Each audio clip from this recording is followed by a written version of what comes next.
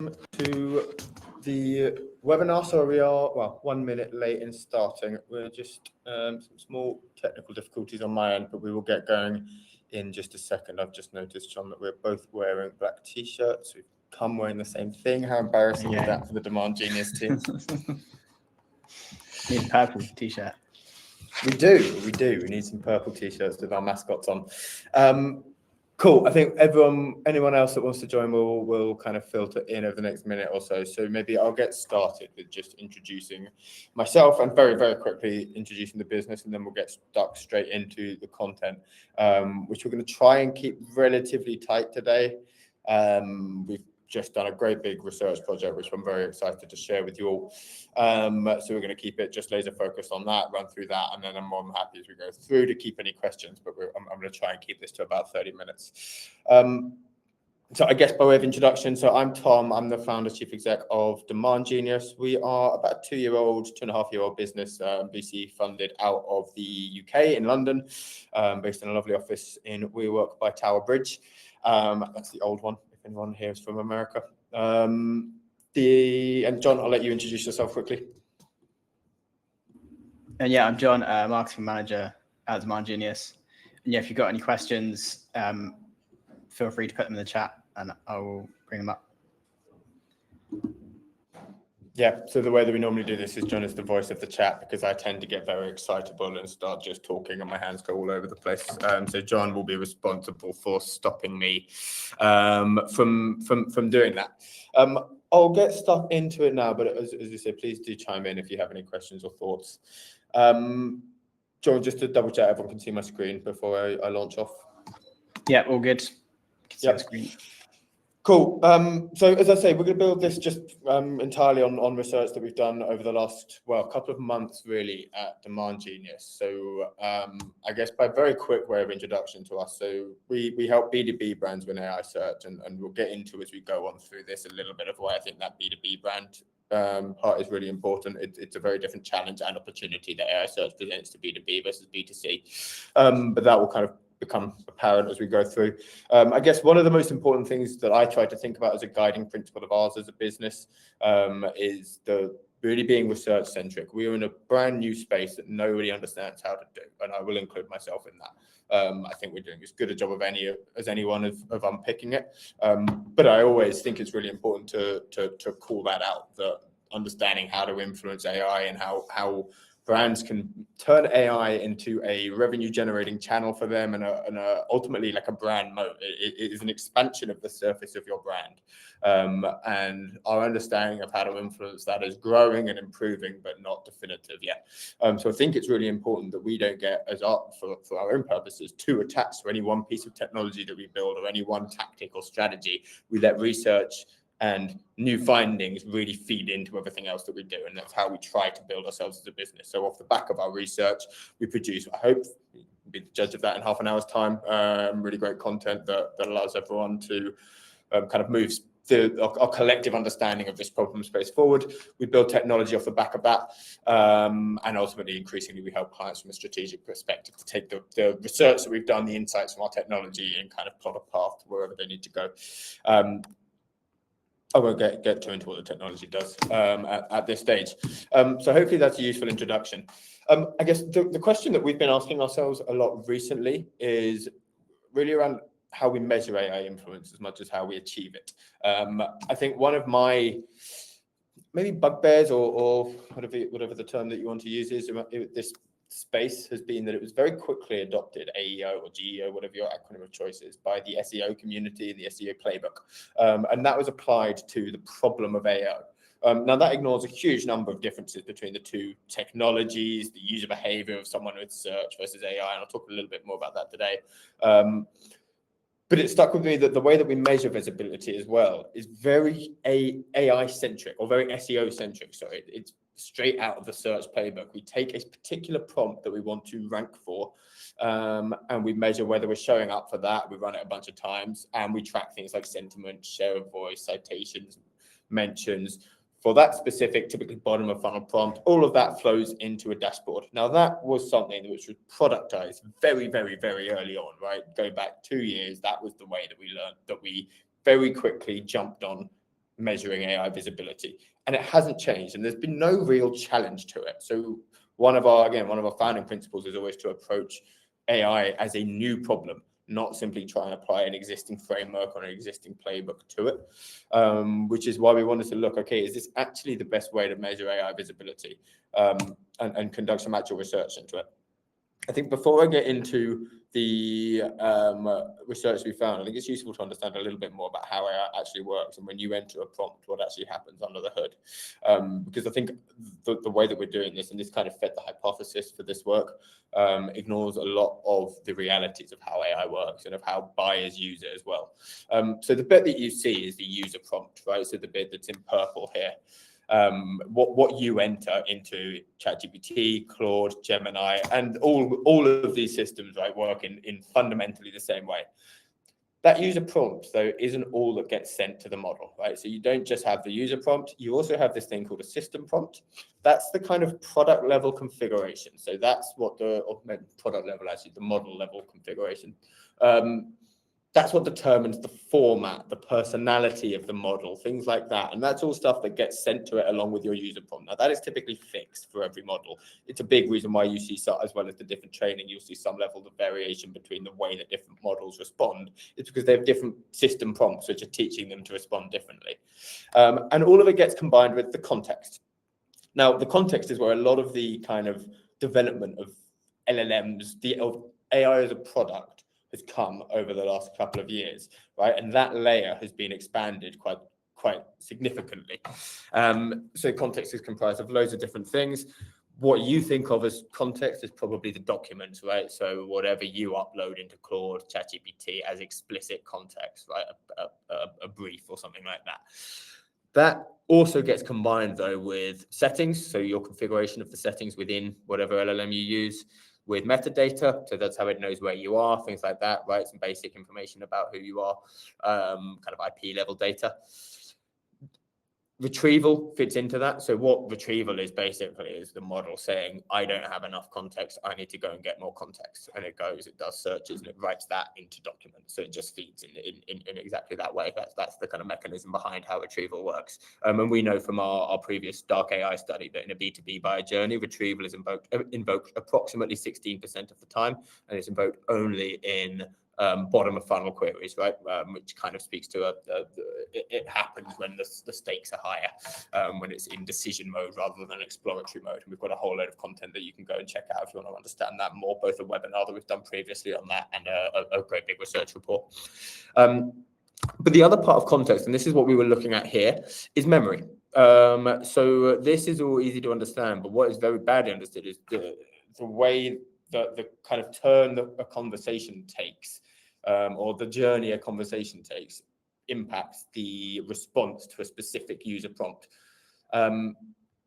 It's one of the biggest differences between a prompt and a keyword, right? A keyword is a single isolated event. It's something that happens and then it happens again over and over, but there's no link between them, right? You do 10 Google searches, they are 10 separate events. A prompt is contextual, deeply contextual, right? It sits within a broader conversation, and you can't just pull it out of that conversation. The response is directly influenced. And actually so is the input, because it holds that memory.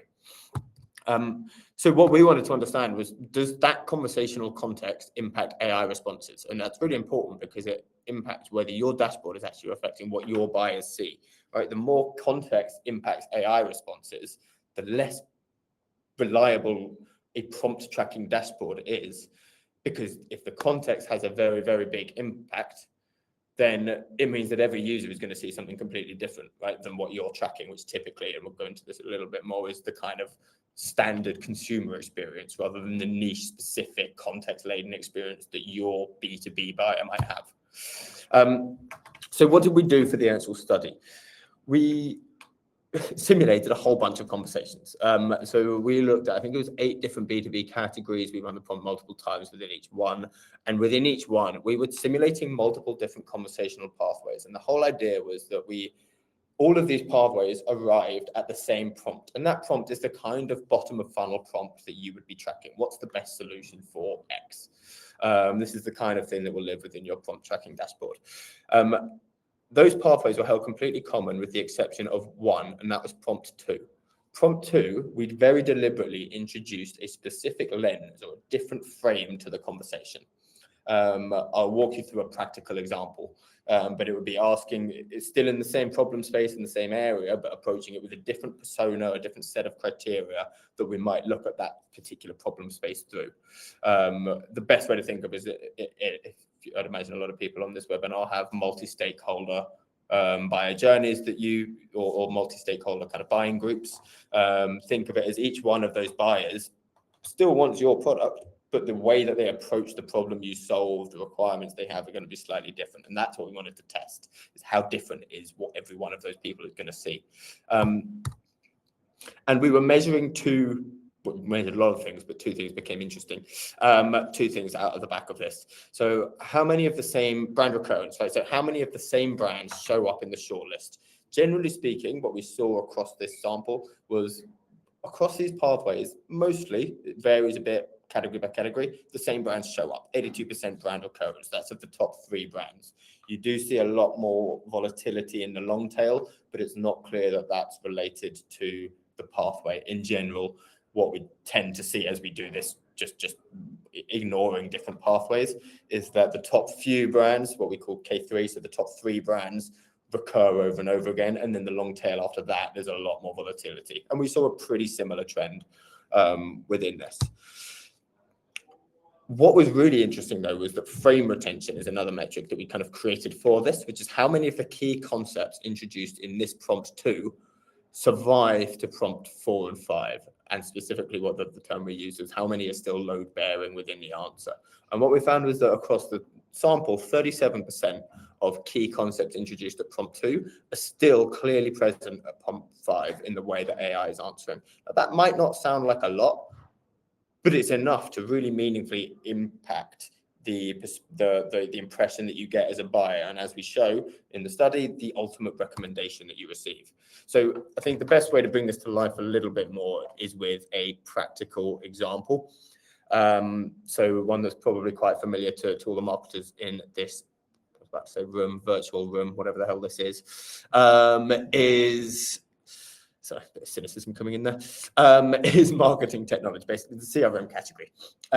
So I'll just walk you through what we did. So each conversation starts with the exact same opening question. We're reviewing our marketing stack. How do companies modernize marketing operations? Pretty generic, pretty vanilla, fine. As we go down, this is where we then split it off. So we apply a very specific lens based on personas. So for this category, it was analytics, demand gen, life cycle, ABM, attribution, and then we have a control that we keep deliberately generic so that we can measure everything against that control. We then specifically try to reset the conversation. So we don't just then straight away ask for a recommendation, we try and bring it back generic. So we have another question that just kind of keeps expanding on the problem before ultimately asking for a short list of vendors, right? So we say, okay, who should I talk to? What we saw there, this is one of the most extreme categories. Actually, we saw 100% brand recurrence. Now that speaks to this specific category. It's quite an established, consolidated category. Basically, Salesforce, HubSpot, Zoho all came up. So brand retention, or brand recurrence, was 100% in this category. What's really important, though, is frame retention was also prevalent throughout each of them. And it varies a little bit in terms of how many of the key concepts were retained, but generally speaking, we saw a reasonable degree of it across all of them, with attribution much lower. At prompt 5, that's where we then ask it for a decision. So we say, right, we push it for an actual recommendation, and this is where you see the impact of this frame retention really, really, really clearly, because it very clearly splits the recommendation. So 3 of the pathways said you should go and talk to Salesforce. 2 of them said you should talk to HubSpot. So that doesn't necessarily mean they're going to buy HubSpot. They're not transacting through this, but it's a very clear and definitive push in the same direction. Obviously, we've asked it for that, but it crystallizes the more subtle effects. So if as a user you never ask this, you're being subtly steered by this frame retention and the substance of the answer towards this brand. If you do go as far as asking for a recommendation, it makes that really, really crystal clear and explicit.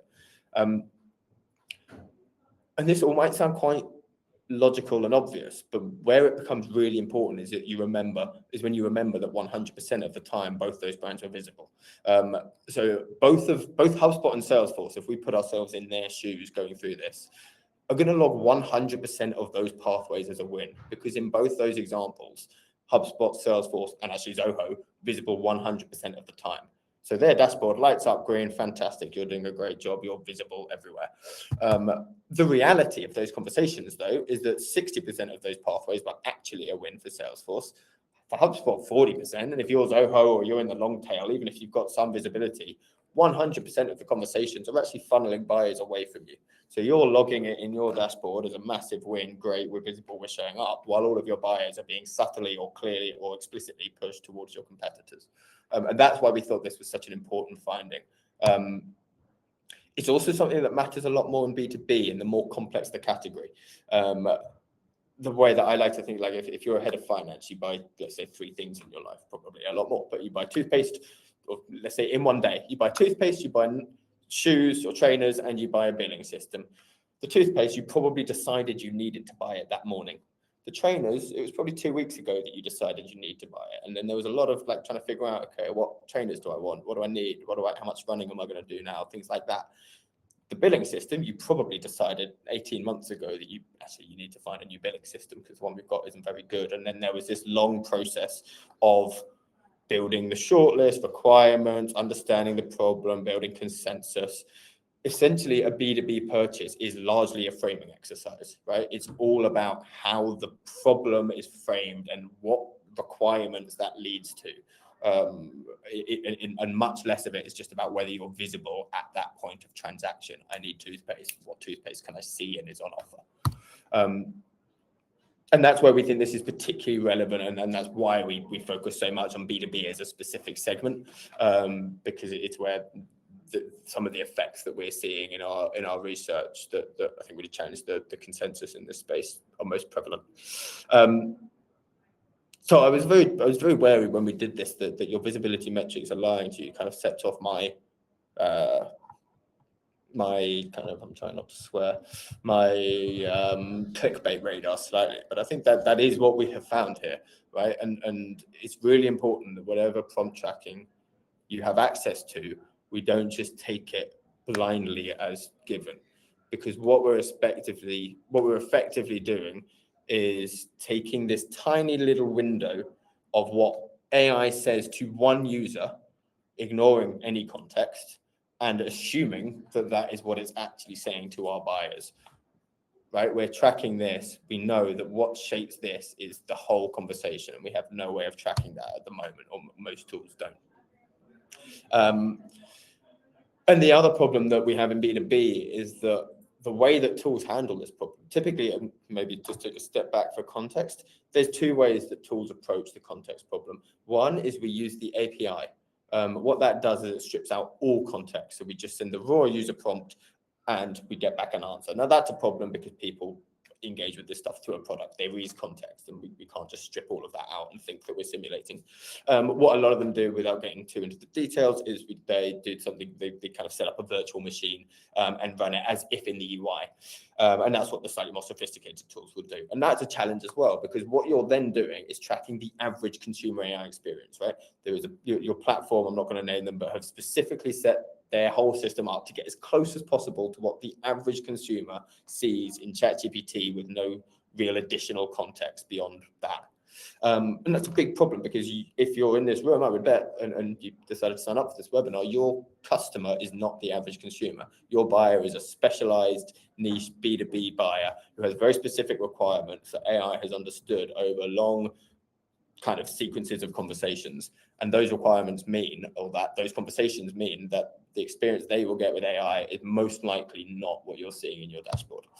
I'm going to pause there because I don't want to kind of hammer that point too much longer, and I'm conscious that I've been talking for 20 minutes without really pausing for breath. John, I don't know if we've got any questions. I assume you would have shouted at me if we did.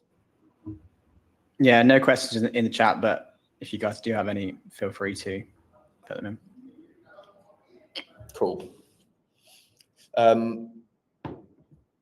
So that's what I wanted to really cover. There's a whole load of stuff that I was kind of weighing up whether to go into, but I thought then we're kind of drowning it and we're mixing across other studies that we've done.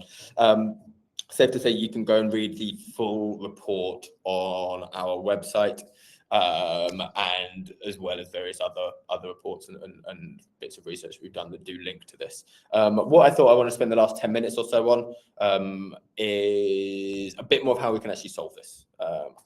Smacked you down, how can we build you back up again? And part of that obviously does link to our solution at Demand Genius, but I'd say that you don't necessarily need to use us to be able to take some of this stuff forward and put it into practice. And that highlighted point here, I think, is what's key, is how do we measure how AI actually influences your ICP? And that's what everything really needs to be geared towards. I split AI visibility measurement into two things. We're measuring if AI mentions you, and we're measuring how AI mentions you. Everything right now really geared towards the first. There's very little engineering or innovation that has gone towards the second. That's one of the things that we most proactively solve here at Demand Genius. But even on the if, there is work to be done. The key thing is, what is AI saying to your ICP? There are two things that we do within our product, and we've pivoted a lot of our product off the back of this research. I'm actually very proud of it.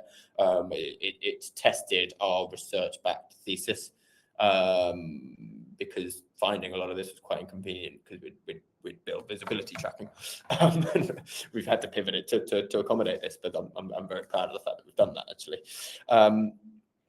There's two big things that we do now. The first is everything in Demand Genius operates on a segment by segment basis. So rather than rely on whatever work your provider is doing to simulate the experience of a buyer that is not your buyer, you can simply set up your different ICP segments within Demand Genius. We will then use that to create the context of your buyer. It won't be perfect. Every single one of your buyers is different. They will all have their own specific context that understands the nuances of their problems, just like every customer is different. Everything that we can ever give you on this will be directional, not definitive. But that's the best way that we have found to allow customers to see what their buyers see at scale and kind of make decisions off of that, rather than make decisions off of what people who aren't their buyers are seeing. So I think that's really important. As I say, if you've built this in-house, that's the kind of thing that you can do. You just have to get really focused on what context it is.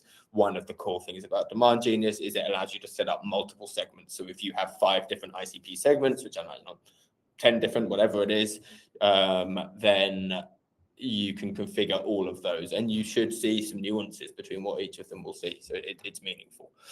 The other thing that we do, in line with the idea that everything really is directional, not definitive, we cluster everything that we do by intent. So rather than track a list of 100 prompts that are not the prompts that your actual buyers are entering, really, they're going to be close, but we do it by intent clusters. So we try not to understand, okay, what are the 100 prompts, but what are the 5 or 10 moments that we want to be visible in?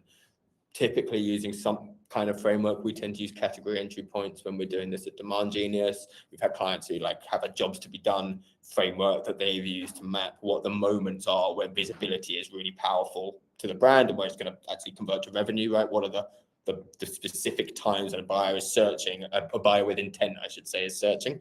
What we would then do is find, okay, if we've got those 5 mapped out, these are 10 prompts, 20 prompts that live under that roll up to that intent, and we use that to track, okay, how visible are we for that intent, knowing that we're going to get imperfect data, but when we get imperfect data, it's a representative sample of 10 prompts rolling up into something that we do care about. It becomes a lot more meaningful and a lot more reliable than actually trying to optimize one for one for any of those prompts. I hope my little hand diagrams are helpful here. And then the second part that we think is really important and that we build within our platform is measuring how AI mentions you.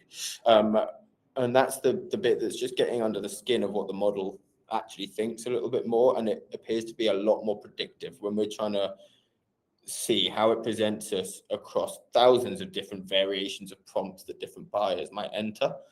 Understanding what it actually thinks, what the strengths, weaknesses, and trade-offs are of your brand that it understands, right or wrong, is a very predictive way of finding, okay, where are the AI risks that can block deals? And that's one of our things that we think is the most overlooked thing in B2B AEO, let's say, or really just B2B marketing at this point, is you can have, AI can think one thing, have one misconception about your brand or just correct belief about your brand that on the wrong subject, and it can block 100K deals, right? If AI thinks you're bad value for money, and one CFO who's responsible for signing off every deal goes and asks ChatGPT just before he signs it off, is this a good buy for us?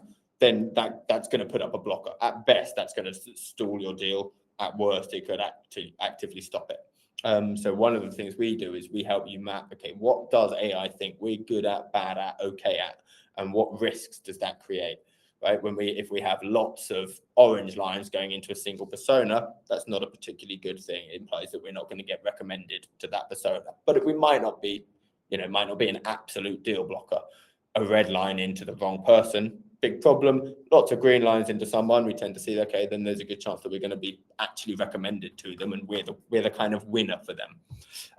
Going back to those pathways and those conversational pathways that I showed you. It allows you to see how you're presented to every different buying committee. We tend to think this is really important insight for your sales reps to actually have access to. If this stuff can block deals, then they need to be ones on the front line in the first instance that are trying to preempt this and overcome any objections that are going to come from this. And we're told all the time that people will rock up to sales calls now with explicit objections that they are fed by AI, right? Gemini says you're slow to integrate. Is that true? The more you can enable your sales reps with that, the more they can overcome that. And increasingly, AI is a participant in your sales process, and you need to treat it as such. But it also obviously allows you to build a roadmap that doesn't just chase visibility against this defined number of prompts, right? It doesn't just chase if it mentions us for specific prompts. It actually starts to improve how it mentions you, and not by some kind of benign sentiment metric, but by actual, okay, this is the targeted misconception that we want to change, and we know that's going to improve the sentiment to the buyers that matter. So it allows you to build a really strategic roadmap. You can do pieces of research, customer stories, things like that, and really prioritize solving some of these red flags if they exist. That's all the content that I really wanted to cover today. And it's a slightly shorter webinar, but we are trying to keep these a bit more short, sharp, and make sure that they're kind of optimized for value per minute for you guys. I've stopped sharing my screen. I'm more than happy to stick around for a little bit and take any questions. Obviously, we're more than happy to engage directly with anyone. If you want to go through any of what we've spoken about here, you want us to kind of benchmark the visibility tracking that you are seeing in your prompt tracking dashboard against what we would be able to see for one segment. We're actually happy to do that. So if you want to send us the prompts that you want to track, we want to work with you on it. But we're happy to do that for free in a 1-month trial. Thank you, John, where we would actually just take your prompt, we would run it for one specific segment that we'll build with you, and we'll tell you how your visibility lines up to what you're actually seeing. So do get in touch and book a call if you'd like to do that. And otherwise, if there's no questions, we can all get on with our days. I hope no questions. I'll put the send an email as well out with the report and the recording and calendar link as well. Excellent. Well, thank you, John. Thank you, everyone who has been watching. And yes, give us a shout if there's anything that we can do to help. Cheers, guys.